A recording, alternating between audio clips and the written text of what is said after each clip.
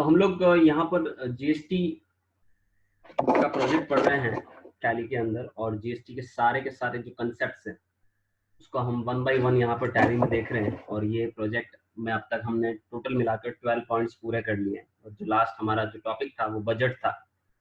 और आज यहाँ पर हम लोग आगे बढ़ते हैं। आप सारे जो स्टूडेंट्स क्लास ज्वाइन कर रहे हैं उनके पास प्रोजेक्ट है, पॉइंट नंबर 13 जो इसमें दे रखा है।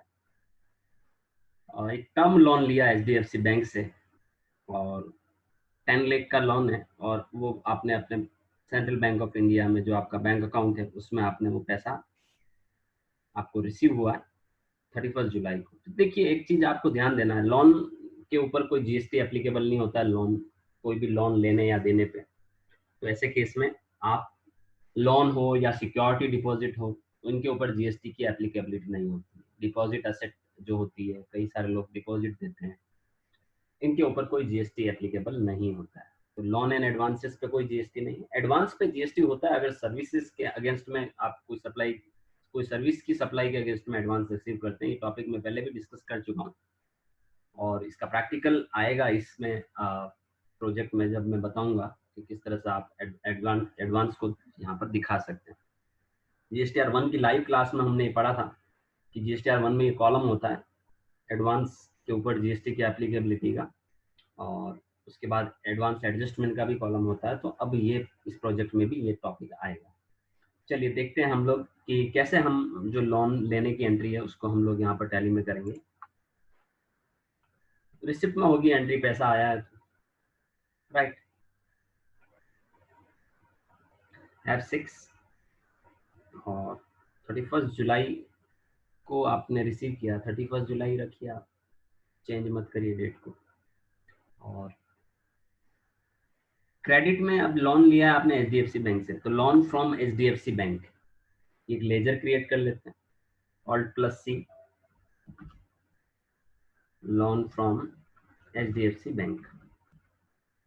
देखिए, बैंक से अगर आप लोन लेंगे तो ऑब्वियस सी बात है कि आपका सिक्योर्ड लोन होगा, तो इसका जो ग्रुप होगा सिक्योर्ड लोन इसका ग्रुप होगा। ठीक है, लोन दो तरह के होते हैं, सिक्योर्ड और अनसिक्योर्ड। तो ये सिक्योर्ड लोन में डाल देंगे हम।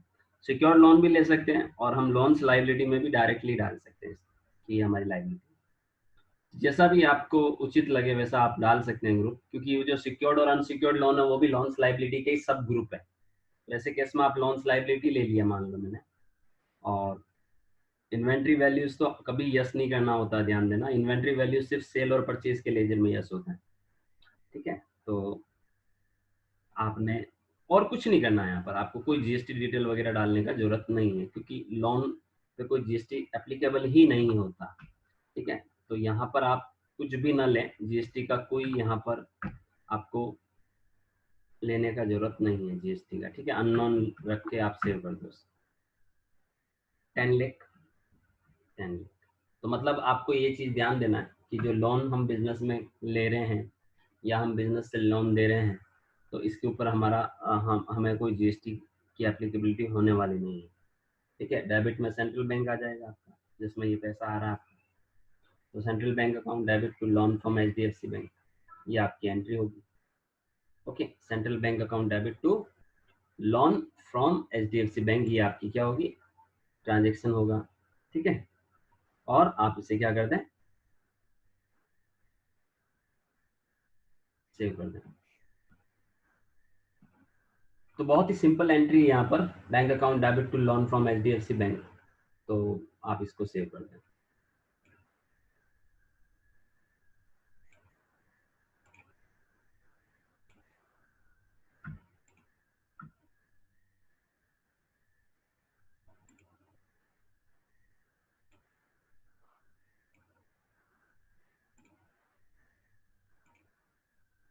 तो हमारा अगला ट्रांजेक्शन पॉइंट नंबर 14, ये बहुत अच्छा यहाँ पर एक नया कंसेप्ट है कि आपको परचेज ऑर्डर मिला है,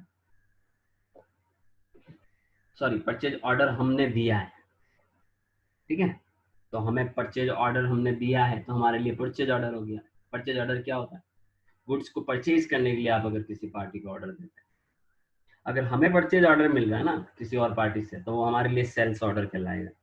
ठीक है, तो देखिए हमने दिया है यहाँ पर परचेज ऑर्डर, और इस पे हमने एडवांस भी दिया है। तो बहुत ही अच्छा कंसेप्ट ये यहाँ पर है कि परचेज ऑर्डर पर आपने एडवांस दिया है। चलिए देखते हैं अपन। एक ऑर्डर देना है आपको, purchase of the following goods, electro world Ahmedabad की कोई पार्टी है, और 2 लाख रुपए का आपको एडवांस में पेमेंट भी करना है इस पार्टी को सेंट्रल बैंक ऑफ इंडिया के चेक से। ठीक है, चलिए देखते हैं। और प्रोडक्ट क्या क्या है? मोबाइल फोन है आपके, 100 पीस का ऑर्डर दे रहे हैं आप। मोबाइल फोन बैक कवर है और टेम्पर्ड ग्लास स्क्रीन है। तो ये सारे प्रोडक्ट्स हैं जिनका आप ऑर्डर दे रहे हैं।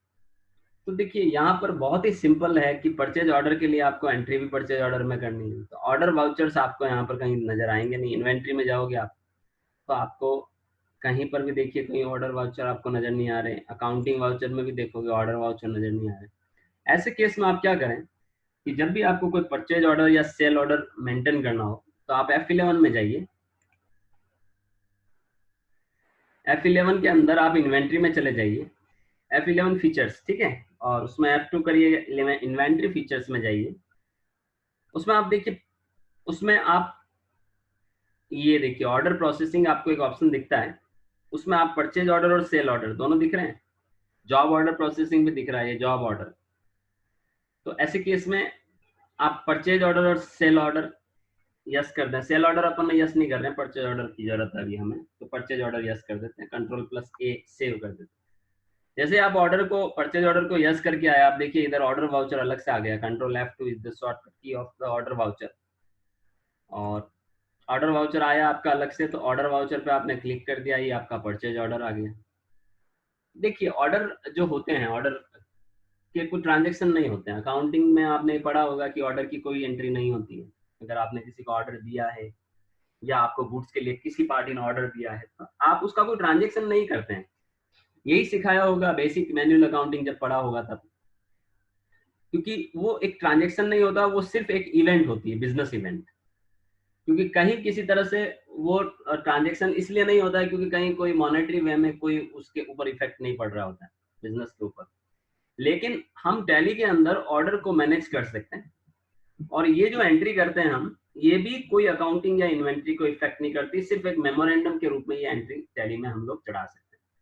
यानी एज अ मेमो वाउचर हम लोग इस ऑर्डर को मैनेज कर सकते हैं, ताकि हमें ये पता रहे कि हमने कौन कौन की पार्टियों को ऑर्डर दे रखा है, किनको पहले ऑर्डर दिया, किनको कितना ऑर्डर दिया, किन प्रोडक्ट्स का ऑर्डर दिया। तो एक याददाश्त के रूप में ये एंट्री हम लोग यहाँ पर सेव कर सकते हैं। बाकी ये जो एंट्री है ये कहीं किसी भी तरीके से टैली के ऊपर इफेक्ट नहीं डालती। यानी ना तो अकाउंटिंग पे डालेगी, ना ही इन्वेंट्री पे डालेगी, स्टॉक पे डालेगी।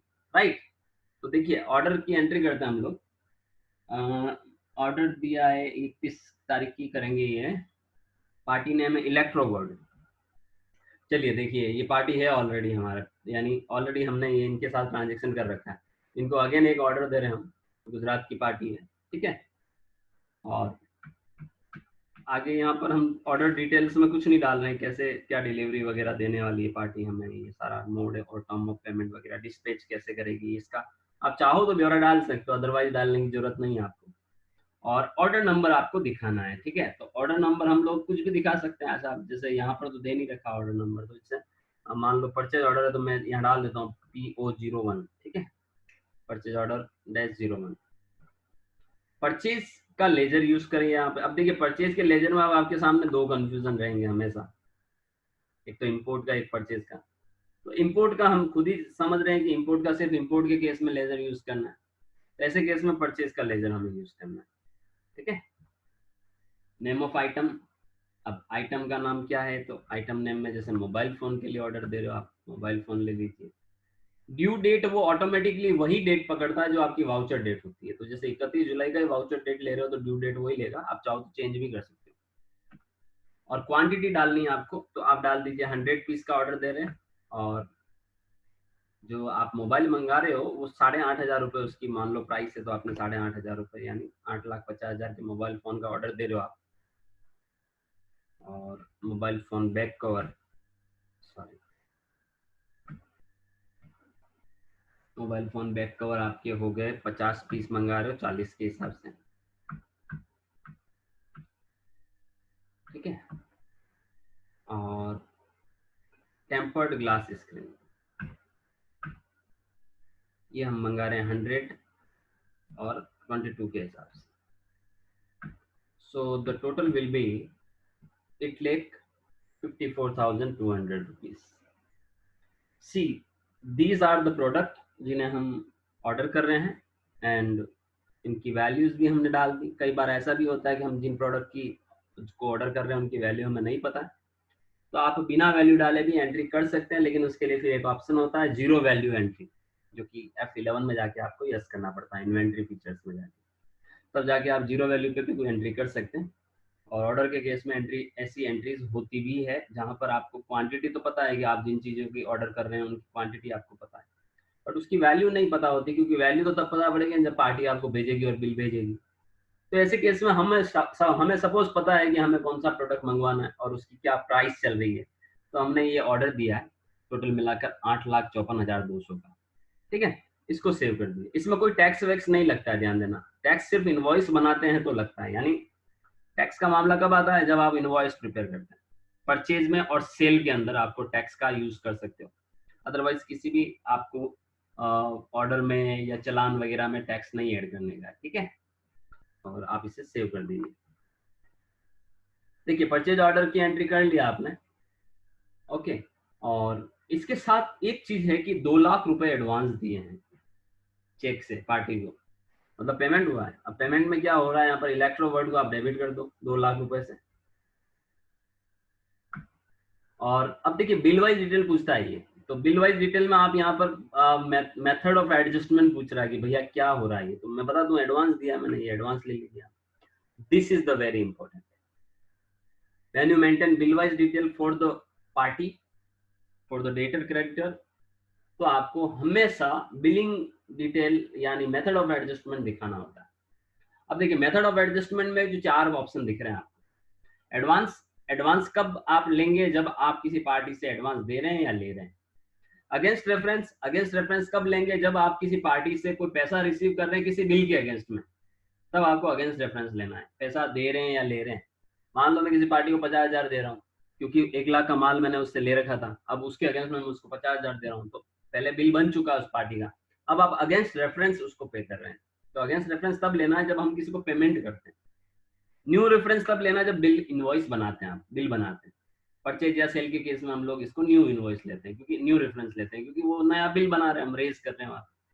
और ऑन अकाउंट तब लिया जाता है जब कोई बिल डिटेल नहीं देनी। मान लो मुझे, मैं जो पैसा दे रहा हूँ या ले रहा हूँ, मुझे नहीं पता है कि वो किसी बिल के अगेंस्ट में है या एडवांस है या क्यों दे रहा हूँ मैं, मेरे को नहीं आइडिया उसका, तो मैं वहाँ हर कुछ तो नहीं ले सकता।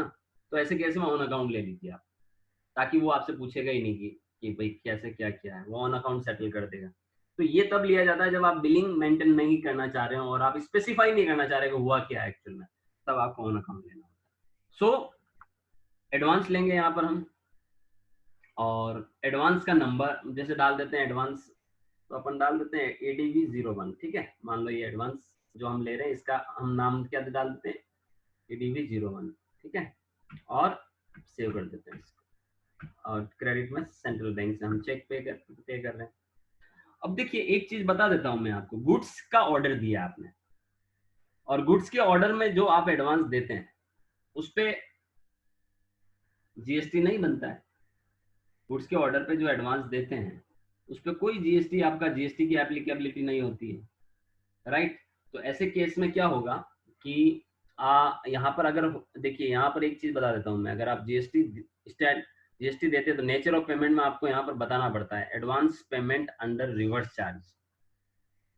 अब एक चीज हमेशा ध्यान दीजिएगा, आप यहाँ पर एडवांस दिया जरूर है पार्टी को, लेकिन इस एडवांस पे आपको टैक्स देना नहीं है नियमानुसार, क्योंकि गुड्स के अगेंस्ट में अगर आपको एडवांस देते हैं तो उस एडवांस पे कोई GST की एप्लीकेबिलिटी नहीं होती, अगर यही कोई सर्विस के अगेंस्ट में एडवांस लिया या दिया जाता।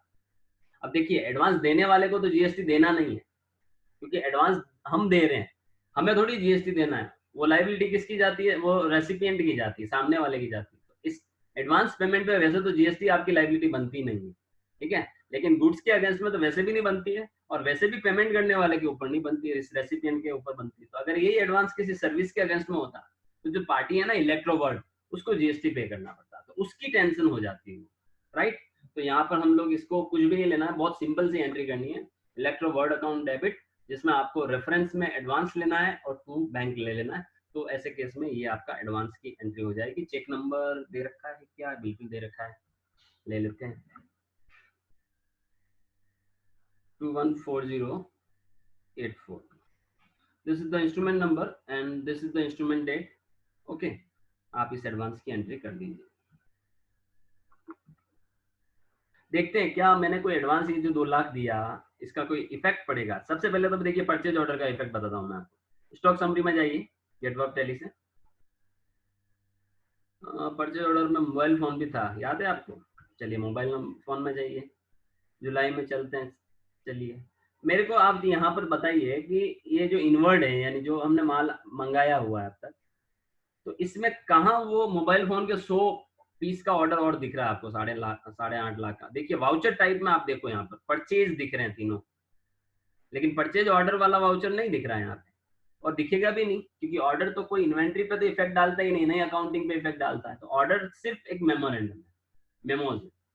अच्छा, अगर ऑर्डर मेमोज है और सर आप जैसा कि कह रहे हैं कि ऑर्डर के ऊपर, ऑर्डर किसी भी रिपोर्ट में आपको यहाँ पर ऑर्डर किया हुआ गुड्स का कोई इफेक्ट नहीं दिखने वाला, सपोज ये प्राइमरी रिपोर्ट है, बैलेंस शीट हुआ, प्रॉफिट एंड लॉस हुआ, स्टॉक समरी हुआ, रेशियो एनालिसिस हुआ, ये सारे मुख्य रिपोर्ट्स हैं, प्राइमरी रिपोर्ट्स हैं। तो अगर ऑर्डर आप कह रहे हैं कि इसका कोई इफेक्ट नहीं होता, तो अगर हमें ये चेक करना है कि हमने किसको ऑर्डर दिया, क्या दिया, कब दिया, कैसे दिया, किन चीजों का दिया, तो फिर आप कहाँ से देखोगे? तो आप जाइए डिस्प्ले के अंदर, फिर ऑर्डर बुक में जाइए आप, ये देखिए आप इन्वेंट्री बुक्स में जाइए डिस्प्ले में, और इसमें ऑर्डर बुक के परचेज ऑर्डर बुक में जाइए, आपको दिखेगा ऑर्डर जुलाई में दिया हुआ है एक ऑर्डर, जाके देखोगे आपको तो बकायदा दिखेगा कि कौन सी पार्टी को दिया है, उस पर एंटर मारिए तो आपको बकायदा सारी चीजें दिख जाएगी यहाँ पर। सो ये ऑर्डर है बेसिकली, तो ऑर्डर बुक में मिल जाएगा, परचेज ऑर्डर बुक में आपको, राइट। और एक और आपको यहाँ पर स्टेटमेंट ऑफ इन्वेंट्री में भी परचेज ऑर्डर आउटस्टैंडिंग दिख जाएंगे, जो जो ऑर्डर बाकी है आपको, इसमें आप ऑल ऑर्डर देख लीजिए, आपके सारे ऑर्डर्स आपको जो जो पेंडिंग है, जो आउटस्टैंडिंग है, वो दिख जाएंगे। एक ऑर्डर है आपका जिसमें ये अलग अलग प्रोडक्ट मंगाया आपने, ये पूरा आपका आउटस्टैंडिंग में दिख रहा है, तो ये यहाँ पर खड़ा दिखेगा। अगर आप इसी को आइटम वाइज देखोगे, ये सब आइटम वाइज है, लेजर वाइज देखोगे, तो जैसे आपको इलेक्ट्रोवर्ड का कोई ऑर्डर देखना है कि कोई बाकी है क्या, तो ये इलेक्ट्रोवर्ड का ऑर्डर मिल जाएगा। तो इस तरह से आप सारे ऑर्डर देख सकते हैं, ठीक है। तो जो पेंडिंग ऑर्डर है वो तो आपको आउटस्टैंडिंग में दिखेंगे, बाकी सारे के सारे जो ऑर्डर की एंट्रीज है इन्वेंट्री बुक्स में, परचेज ऑर्डर बुक में जाके देख सकते हो। और जो 2 लाख रुपए का मैंने एडवांस दिया है, क्या मेरा वो एडवांस जीएसटी पे कहीं इफेक्ट डालेगा क्या? देखते हैं हम लोग। जीएसटी, अब देखिए एडवांस किस पे दिया आपने, सॉरी जीएसटी के लिए डीओजी, एडवांस आपने दिया पेमेंट पे, ठीक है, यानी परचेज ऑर्डर के अगेंस्ट में एडवांस दिया, यानी जीएसटीआर 2 में रिफ्लेक्ट करना चाहिए, लेकिन नहीं करेगा। जीएसटीआर 2 में क्यों करेगा? एडवांस का कोई रिफ्लेक्शन आपको यहाँ नहीं नजर आने वाला, ध्यान देना, ठीक है, क्योंकि एडवांस आपने दिया है वो कहीं कोई इफेक्ट अपना नहीं डालने वाला है। एडवांस देने का इफेक्ट नहीं होता, लेकिन अगर एडवांस लिया होता तो इफेक्ट आता है यहाँ पर, लेकिन वो सर्विस के अगेंस्ट में एडवांस लिया होता तो इफेक्ट आता। तो कहीं पर भी आपको जीएसटी की किसी भी रिपोर्ट में आपको एडवांस का कोई भी यहाँ पर क्राइटेरिया, मतलब कोई आपको इफेक्ट नजर नहीं आने वाला। तो ये एडवांस कहाँ दिखेगा आपको सर? देखिए ये एडवांस आपका कहाँ दिखेगा, ये एडवांस आपका दिखेगा, आप चाहो तो बैलेंस शीट में जाओ, आप पार्टीज में जाओ, जैसे इलेक्ट्रोवर्ड है, तो इलेक्ट्रोवर्ड कौन है? क्रेडिटर है, क्रेडिटर में चले जाओ, ये इलेक्ट्रोवर्ड। अब ये देखिए इलेक्ट्रोवर्ड आपसे कितना पैसा मांग रही है? 7,57,000 रुपए के आसपास पैसा मांग रही है। एंटर मारिए और एंटर प्रेस करिए। परचेज किया था हमने इलेक्ट्रोवर्ड से 9,57,000 का, उसमें से 2 लाख रुपए आप देखिए पेमेंट किया आपने, ये वो एडवांस है। ये 2 लाख का आपने पेमेंट कर दिया है, तो 7, अगर 9,57 में से 2 गए तो 7,57 बचे, 7,57 अभी आपके बाकी है, लेकिन ये एक नए ऑर्डर के अगेंस्ट में पेमेंट है, तो अभी तो ऑर्डर लगेगा, फिर ऑर्डर लग गया है, अब वो पार्टी माल भेजेगी तो उसकी और यहाँ पर उसका क्रेडिट बढ़ जाएगा, अमाउंट बढ़ जाएगा, राइट। सो ये एडवांस पेमेंट की एंट्री आपकी कहीं पर भी कोई भी जीएसटी के रिपोर्ट्स पे अपना असर नहीं डालती है, ध्यान दीजिएगा, ठीक है। और अभी मैंने टोटल मिलाकर 3 ट्रांजेक्शन किए, ओके, आगे बढ़ते हैं। आगे हम अब अगली क्लास में बढ़ेंगे और आज की क्लास यहीं तक। और ये आपकी अभी तक का बैलेंस शीट है, आप देख सकते हैं, नोट डाउन कर लीजिए। 51,57,165 is the total. Duties and taxes में आज कोई मूवमेंट हुआ नहीं। क्रेडिटर में मूवमेंट हुआ है क्योंकि 2 लाख का एडवांस आया तो क्रेडिटर कम हुए हैं पेमेंट किया अगर हमने। प्रॉफिट एंड लॉस फ्लक्चुएट नहीं हुआ होगा आज। स्टॉक में भी मूवमेंट नहीं हुआ होगा, तो आपको सिर्फ जो मूवमेंट नजर आएगा आज क्रेडिटर में नजर आएगा, राइट। और यहाँ पर लॉन्स लाइबिलिटी आपकी खड़ी होगी, देखिए 10 लाख रुपए से लाइबिलिटी नजर आ रही है। बैंक अकाउंट भी बढ़ गया आपका बिकॉज आपको 10 लाख रुपए रिसीव हुए सेंट्रल बैंक में, ठीक है। सो ये हमारे टोटल पॉइंट हो गए हैं 14। अगला पॉइंट मैं ले सकता था चाहता तो, लेकिन हमारे पास क्लास का टाइमिंग इतना नहीं है अभी। और जो अगला पॉइंट है वो बहुत अच्छा पॉइंट है, शॉप रेंट चुका रहे और जीएसटी का मैटर है रिवर्स चार्ज में उसमें, क्योंकि हमारा जो रजिस्टर्ड नहीं है लैंडलॉर्ड। तो ये एक बहुत अच्छा पॉइंट है जिस पर हम लोग अगली क्लास में डिस्कस करेंगे। मैं शेयरिंग स्टॉप कर रहा हूँ यहाँ पर और आप लोगों को अनम्यूट कर रहा हूँ।